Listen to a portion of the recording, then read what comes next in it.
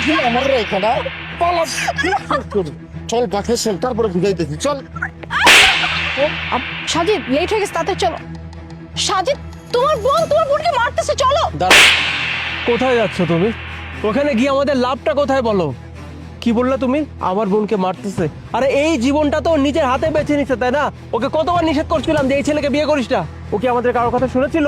শুনেনি, পালিয়ে গিয়ে বিয়ে করলো। এবার বুঝুক। সাজিদ, কি বলতেছো তুমি? হ্যাঁ, আমি মানছি যে এই জীবনও বেছে নিছে, তাই বলে তুমি এভাবে দাঁড়িয়ে দাঁড়িয়ে দেখবে তোমার বোনকে এভাবে মারতেছে, তুমি কিচ্ছু করবে না? না, আমি কিছু করবো না। আর আমি এখানে গিয়ে করবোটা কি বলো? কোন মুখ নিয়ে আমি ওর কাছে গিয়ে দাঁড়াবো? মানুষ বলে না, মানুষ নিজের কর্মের ফল নিজে ভোগ করে। ও ভোগ করুক না নিজের কর্মের ফল, সমস্যা কোথায়? বুঝতে পারছি তুমি কিছু বলবে না, তুমি কিছু করবে না, তাই তোকে তোমার কিছু করতে পারে, কিন্তু আমি এখানে দাঁড়িয়ে থাকতে পারবো না। আমি যাবো ওকে বাঁচাতে। আর হ্যাঁ, ওখানে যাওয়ার পর যদি ওই ছেলেটা আমার গায়ে হাত তোলে, তাহলে চুপচাপ দাঁড়িয়ে না এখানে বসে বসে নাটক দেখো। আরেকদিন যদি বাসা থেকে বেরোছিস না, আমার থেকে খারাপ তোর কাছে আর কেউ হবে না। আর একদিন শুধু দেখি তোরা তো তো সাহস কি করে হলো আমার বোনের গায়ে হাত দেওয়ার? হ্যাঁ, আমার বোনের গায়ে তুই কোন সাহসে হাত দিস? আমার বোন তোকে ভালোবেসে বাড়ি থেকে পালিয়ে এসেছিল তোর সঙ্গে সংসার করবে বলে, আর তার প্রতিদান তুই ওকে এভাবে দিচ্ছিস, ওকে দিনের পর দিন টর্চার করে যাচ্ছিস। হ্যাঁ, এই তুই কি মানুষ নাকি জানোয়ার, কোনটা? হ্যাঁ, না ভাইজান, ওরা তো আমি খুব সুখে রাখছি। বাসায় একটু আসলে ঝগড়া যেরকম হয় না, স্বামী স্ত্রীর মাঝখানে ঝগড়া হয় না, এরকম ঝগড়া হয়েছে, তাই একটু বুঝাচ্ছি। সমস্যা নাই, ওরা আমি বাসায় নিয়ে যা বুঝাইতেছি। নদী চলো। এই চুপ, খবরদার আমার বোনকে ধরার চেষ্টাও করবি না। আর তুই কি বললি হাজবেন্ড ওয়াইফের মাঝে ঝগড়া হয়, যেমনটা ঝগড়া তোদের মাঝে হচ্ছিল? হ্যাঁ, এটা ঠিক যে হাজবেন্ড ওয়াইফের মাঝে ঝগড়া হয়, আমাদের মাঝেও ঝগড়া হয়, কিন্তু তাই বলে না আমি আমার বউয়ের গায়ে হাত তুলি না। আর তুই যেটা করছিলি সেটাকে বলে অত্যাচার। তুই ওকে অত্যাচার করছিলি, তুই ওকে নির্যাতন করছিলি। আর ভালো কথা, তুই কি বললি তুই ওকে অনেক ভালো রেখেছিস। তুই যে ওকে কত ভালো রেখেছিস সেটা তো নিজের চোখে দেখলাম। দিনের পর দিন ওকে অত্যাচার করতি না? আসলে ভুলটা আমাদেরই হয়েছিল। আমাদের বোন যেদিন বাড়ি থেকে পালিয়ে এসে তোকে বিয়ে করেছিল না, সেদিনই ধরে নিয়েছিলাম যে আমাদের বোন মারা গেছে, ওর সঙ্গে সমস্ত যোগাযোগ বন্ধ করে দিয়েছিলাম। কিন্তু সেটাই ছিল আমাদের জীবনে সব থেকে বড় ভুল। আগে যদি জানতাম যে তুই এতটা জানোয়ার, তোর সঙ্গে আমরা জীবনেও ওকে সংসার করতে দিতাম না। কিন্তু আমাদের ভুলের জন্য আমাদের বোনের জীবনটা এতটা নষ্ট হয়ে গেল।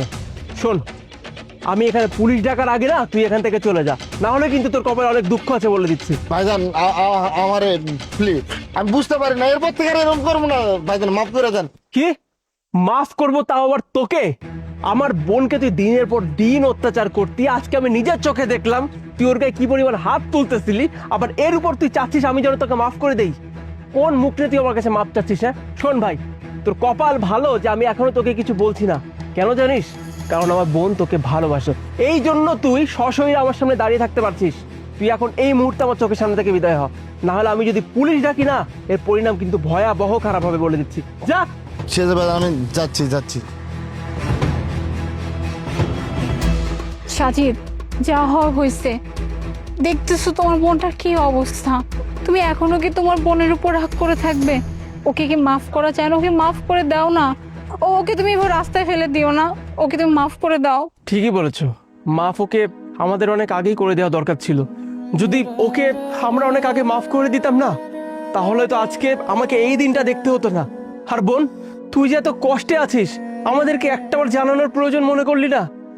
আরে বাবা, আমরা মানছি যে আমরা তোর সঙ্গে কোনো যোগাযোগ রাখিনি, কিন্তু আমরা তো তোর পরিবার। আজকে যদি তুই আমার সামনে না পড়তি, তাহলে তোর জীবনটা কি হতো বোন বলতো? দিনের পর দিন এতটা অত্যাচারিত হতি ওর কাছে, অথচ একটাবার তোর এই ভাইটাকে তুই জানানোর প্রয়োজন মনে করিসনি। কেন রে বোন? আমি কোন মুখে তোমাদের কাছে যেতাম ভাইয়া? এই মানুষটার হাত ধরে আমি চলে আসছিলাম তোমাদের কথা অমান্য করে। তোমরা আমাকে কত বুঝিয়েছো যে এই ছেলেটা ভালো না, আমি তারপরও তোমাদের কথা শুনিনি।